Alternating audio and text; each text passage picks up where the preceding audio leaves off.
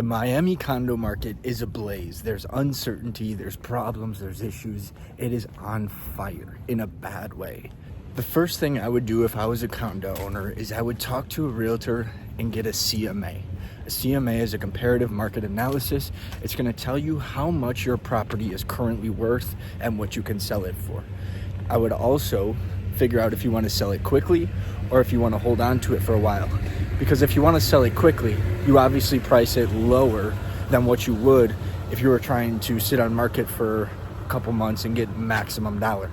But you don't want to be sitting on market at this given time, because if your condo association levies a special assessment, you're stuck paying that special assessment. And if they levy it prior to you selling it, you have to disclose it to a new buyer. Now, who's going to buy a condo with a big special assessment on it? The answer is nobody.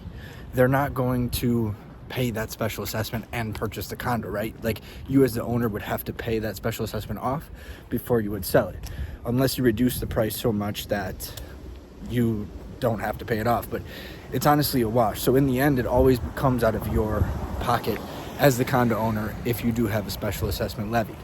The second thing I would do is I would get a net sheet. A net sheet tells you how much money you're going to walk away with in your bank account after all the taxes and fees and all that stuff are removed from selling your property. So a net sheet is going to give you, again, the dollar value that you will get as a wire transfer into your bank account after the property is sold. The reason that you need this is because that's going to determine what you do next, right? Are you going to rent a place? Are you going to buy a house? Are you going to buy a condo that's in a newer building that probably won't have as big of a special assessment or as big of a fee increase as the current condo you're in? First, you need to know how many dollars you're going to have before you can make that decision, because money plays a big factor in what you're doing next. Now, of course, if the condo you own and you're interested in selling is an investment condo, it's going to be a lot easier to sell it than if it was your primary residence, because you don't have to find another place to live. You can sell a condo with a tenant in there. The new owner has to honor the lease that is in place, or unless there's a clause in there that says upon sale, the tenant can be removed from the property within 60 days. That's a common one. Or the new owner can pay the tenant to move out of the property.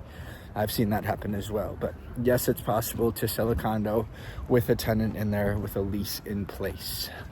I really believe HOA fees are probably going to around double.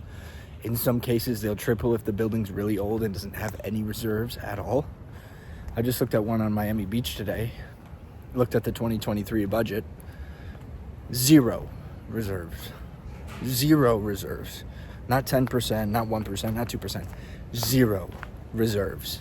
That means by 2025, January 1st of 2025, they have to load up on fee increases and load up on special assessments because they have 0 reserves right now. That is a major red flag. You don't want to be an owner that's caught in that situation, because you're going to be out of pocket a lot of money.